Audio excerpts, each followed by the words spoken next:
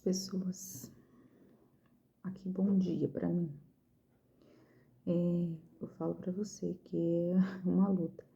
Eu dei início lá, né, no Mateus, no outro vídeo, 4, porém tá fazendo lá na loja e acabou entrando um cliente e eu não consegui finalizar, né? Então vai ficar com 2 partes, essa aqui é a segunda parte. Nós estávamos falando lá sobre Mateus 4, que ele fala que nem só de pão viverá o homem, mas de toda palavra que procede da boca de Deus. Então não é somente comida que nos sustenta, mas toda a vontade do Pai. E da onde você tirou isso? Falei lá em Deuteronômio, da onde Jesus tirou esse versículo, né? Porque ele estava citando a Bíblia. Lá em Deuteronômio, capítulo 8, versículo de número 3. Ele vai citar a passagem em que, o período, né, em que eles estiveram ali no deserto. No deserto, durante os 40 anos, seguindo em direção a Canaã, e lá eles realmente viram Deus sustentar eles. Ali no deserto, que é simbologia de sequidão, né, no sentido de passar necessidade, no sentido de deserto espiritual mesmo, mas ali Deus supriu a necessidade deles carnal, sustentando eles ali com maná. Eles tiveram codornizes que desceu do céu, eles tinham a nuvem que os protegia do sol, eles tinham a coluna de fogo que os mantinham aquecidos à noite. Então, Deus realmente sustentou o povo ali durante aquele período. Então, Jesus ele cita essa passagem, ressaltando isso. Isso não é só comida, mas se o Senhor não estiver com vocês, de que adianta? Como vai viver o homem? Ele precisa da presença de Deus. E ali ele continua, né? Então o diabo, capítulo 4, verso 5 de Mateus. O levantou a cidade santa, colocou-o sobre o pináculo do templo e disse: Se és filho de Deus, atira-te abaixo, porque está escrito aos teus anjos, ordenará a teu respeito que te guarde, e eles te sustentarão nas tuas mãos. Mas não tropeçarás também em nenhuma pedra. Olha como que ele é astuto. Então, o que ele faz? Você vai citar a Bíblia? Eu vou citar a Bíblia também. Então, ele também conhece a palavra e engano nosso achar que é um privilégio só nosso. Né? A palavra está aí para quem quiser lê-la. Então, qualquer um de nós, é importante aí nós entendermos e compreendermos a palavra para não sermos enganados por ela. Há muitos falsos profetas e por isso você tem que entender. A própria Bíblia, né, fala que o povo perece por falta de conhecimento. Então, você tem que compreender. Então, aí, no verso de número 6, ele cita a palavra. Essa passagem, eles te susterão nas tuas mãos, está lá em Salmo, capítulo 91, versículo de número 12. Está escrito assim, ó. Eles te sustentarão nas tuas mãos, para não tropeçares nem nenhuma pedra. Então, cita aí o livro de Salmos. Vai com ele contra a palavra. Então, eu vou responder você na palavra também, né? Respondeu-lhe Jesus. Também está escrito. Não tentarás o Senhor teu Deus. Aonde está escrito? Deuteronômio, versículo de número 6.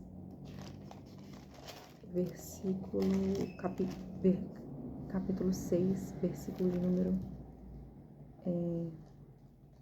16, diz assim, ó, não tentarás o Senhor teu Deus como tentasse a Massá. E onde que é Massá? Que local é esse Massá? Né? Como assim não vai tentar o Senhor teu Deus como tentou a Massá? Massá é a localidade onde está próximo ao Monte Sinai. Aí onde os israelitas tiveram um conflito com Moisés por causa da falta d'água. Então ali não tinha água. Se você quiser abrir aí para confirmar lá em Êxodo, capítulo de número 17, verso do 1 ao 7, você consegue ver essa menção, né? Ali faltou água para beber e eles questionaram a Deus. E aí estava já Moisés e Josué. Josué que veio aí a suceder depois a orientação do povo. E ali estava ele com os demais.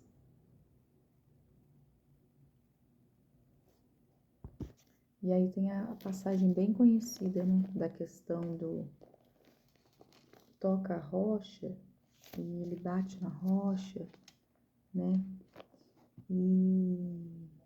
Mas Massá, ele reflete aí esse período, né?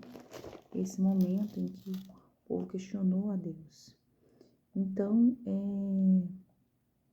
de maneira nenhuma, você não vai bater de frente com Deus a ponto de questionar o que lhe foi. Ele falou que não vai entregar água, vai entregar água.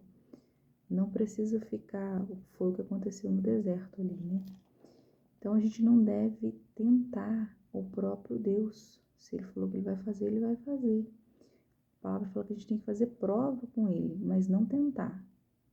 Exemplo, aqui ele está falando, atira-te.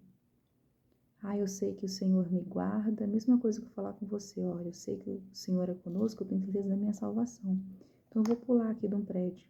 Isso é racional? Isso não é racional, sai fora da racionalidade. Então a gente sabe que Deus é conosco, mas a gente não pode tentar a ponto de querer que Deus faça coisas fora da normalidade. Sabe que Jesus, o Filho de Deus, ele fez milagres sim, mas ele era o Filho de Deus. Quem somos nós?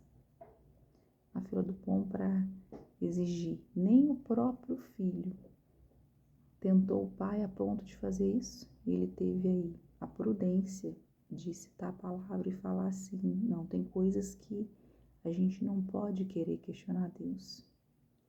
E aí a palavra continua que, ainda assim, ele levou ainda um outro monte e mostrou-lhe todos os reinos do mundo e as glórias dele, e tudo isso te darei, se lhe prostrares. Aí no caso de Satanás, né, mais uma vez. E aí Jesus, no verso 10, ele fala, retira-te, Satanás, e mais uma vez cita a palavra de Deus, porque está escrito, Senhor teu Deus adorarás, e só a ele darás culto. Aonde está escrito isso? Deuteronômio capítulo 6, versículo de número 13. Deixa eu abrir aqui. Aí diz, o Senhor teu Deus temerás, a ele servirás, e pelo teu nome jurarás. Então, somente a ele adorarás. Somente a ele servirás. Com isso, Satanás o deixou, e eis que os anjos ali vieram a servir ao Deus. Dá-lhe um refrigério, né? Um conforto, depois de uma situação dessa. E aí a palavra continua dizendo que João, né?